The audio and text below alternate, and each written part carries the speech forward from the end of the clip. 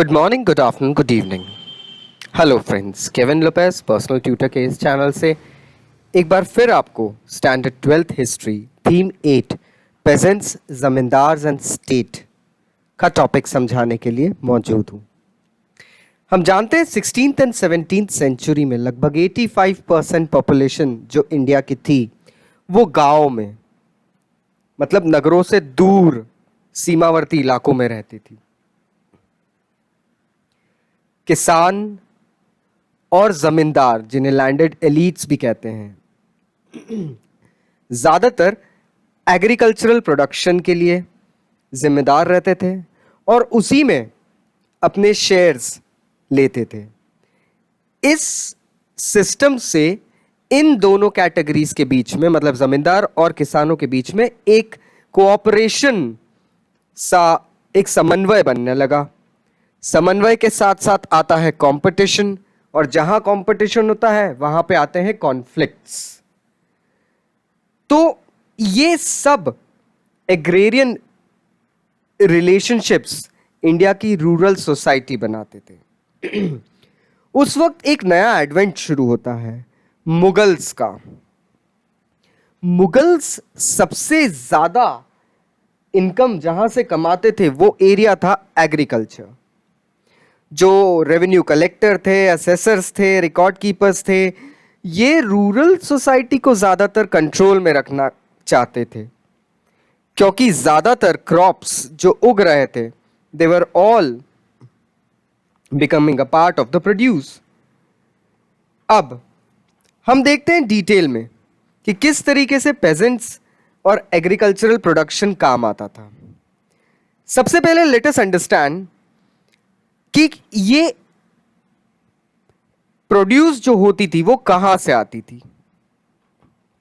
तो अगर हम टॉपिक देखें लुकिंग फॉर सोर्सेस, उसमें हमें यह पता चलेगा कि अगर हम 16th और अर्ली 17th सेंचुरी के मुगल क्रॉनिकल से डॉक्यूमेंट्स पढ़ते हैं, जिसमें सबसे इंपॉर्टेंट है आईन अकबरी, जो अबुल फजल ने, जो अकबर की कोर्ट में एक क्रॉनिकल मैनेजर के तौर पे थे, अपॉइंटेड थे, उन्होंने बताया है कि किस तरीके से कुछ अरेंजमेंट्स बनाए गए थे स्टेट द्वारा कि कल्टीवेशन ठीक ठाक रहे, रेवेन्यू कलेक्शन बिल्कुल सही रहे, relations between the zamindars and pageants and the state बहुत काम और पीसफुल रहे।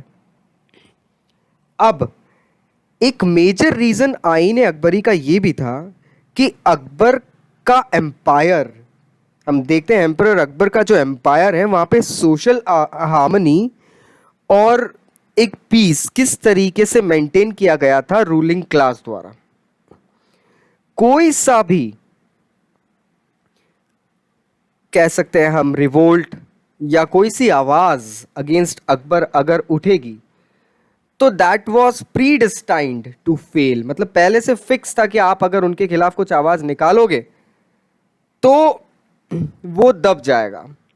दोस्तों, इसका एक और मीनिंग ये निकलता है कि आईने अकबरी में अगर हम लोग पेजेंट्स के बारे में कुछ समझ रहे हैं तो वो इन डेप्थ नहीं है, वो एक ऊपरी तौर पे सिर्फ एक अमली जामा है। It's for example like going ahead and learning about a society from just a single point of view. You need to go ahead and have a look at the both sides of the coin to understand a society. And that was what was missing.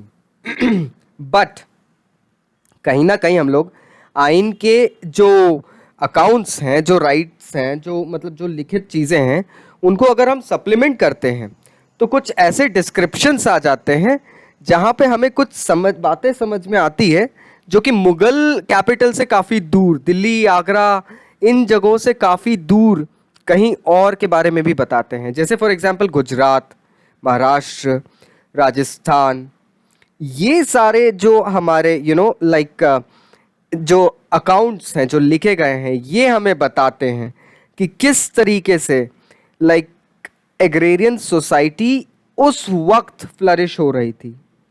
In fact east India company जब आई है तो उसने और ज़्यादा in depth intensive records maintain करने शुरू करे, जो हमें बताते हैं कि अकबर और उनके बाद, मुगल काल के बाद, जब British east India company India में आई थी, तब एग्रेरियन सोसाइटी किस तरीके से अपनी आजीविका निभा रही थी। तो ये सारे जो अकाउंट्स हमें मिलते हैं ये बताते हैं कि जाहिर सी बात है कहीं ना कुछ कॉन्फ्लिक्ट्स थे। जो उस वक्त के किसान थे और जो जमींदार थे उनके बीच में कुछ कॉन्फ्लिक्ट्स जरूर होते थे दोस्तों। Things were not as clear as they seemed. आशा करता हूँ अब आपको ये टॉपिक समझ में आया होगा। स्टिल अगर कोई डाउट्स है तो नीचे कमेंट बॉक्स में कमेंट करना मत भूलिएगा। नेक्स्ट पार्ट के लिए नेक्स्ट वीडियो देखना ज़रूर याद रखें और चैनल को सब्सक्राइब करना बिल्कुल ना भूलें। Thank you very much. Stay home, stay safe my friends.